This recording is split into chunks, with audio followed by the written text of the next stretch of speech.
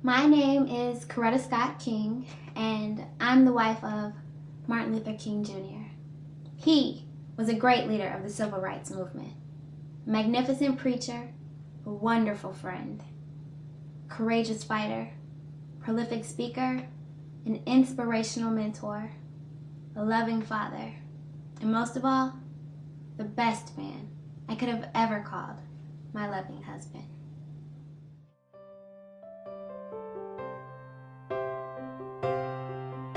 I didn't know today would be our last, or that I'd have to say goodbye to you so fast. I'm so numb, I can't feel anymore. Praying you just walk back through that door and tell me that I was only dreaming. You're not really gone as long as I believe. There will be another angel around the throne tonight. Being in love with the man of the stature of Martin Luther King Jr. was no easy task. Life was difficult for him, and for me. I remember the summer of 1964. It was a hard time for Martin. The calls upon him were staggering, and the stress in his life was almost impossible.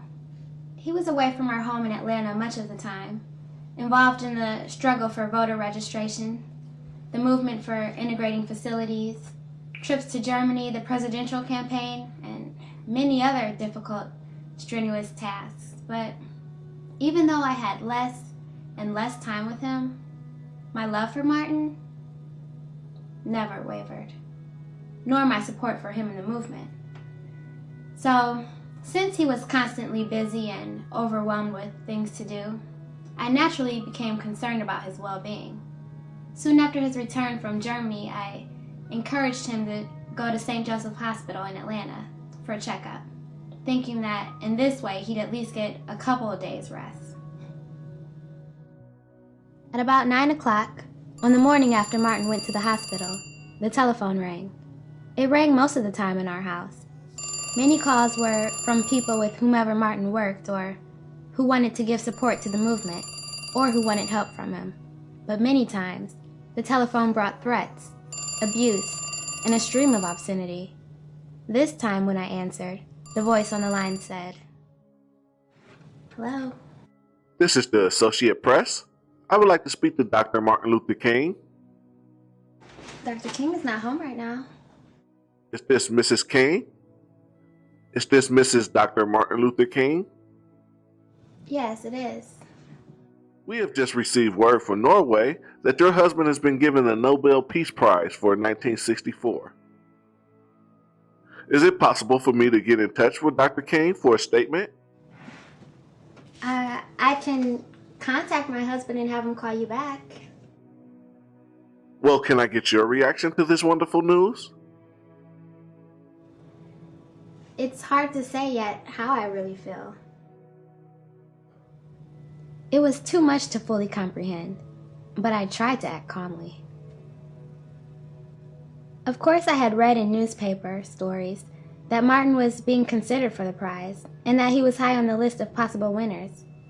But we both thought these stories were just rumors, that the prize was given only to those occupied exclusively in international peace activities.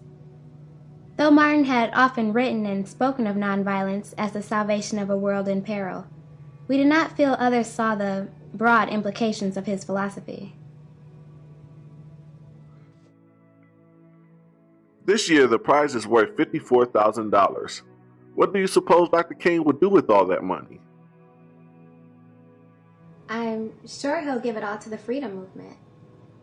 How do you feel about that? I think that's where the money should go. I believe in it wholeheartedly. I'm not sure what answer he expected me to give, But I always supported the decision my husband made, whether it was for us or for the movement.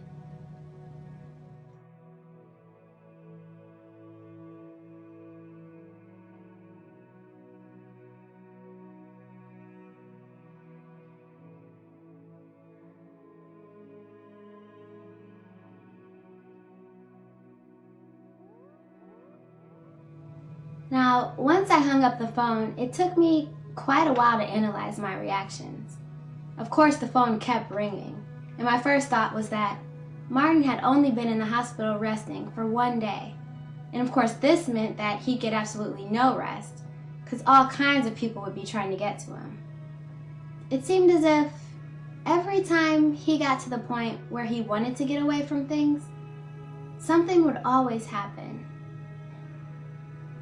And then I realized this was exactly the kind of lift Martin desperately needed. And at that moment, I filled with joy.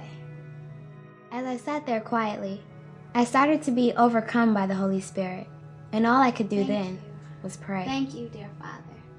Thank you for what this means to Martin, and for the children, and to me. Please, help us to be worthy of this blessing.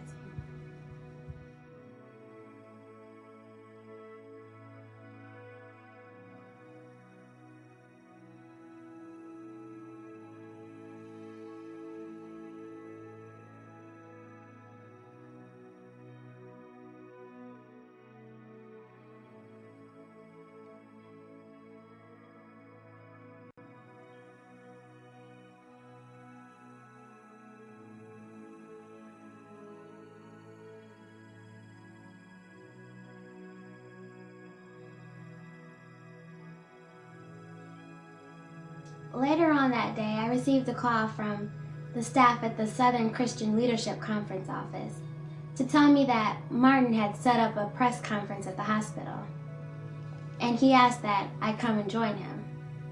Of course, I went immediately.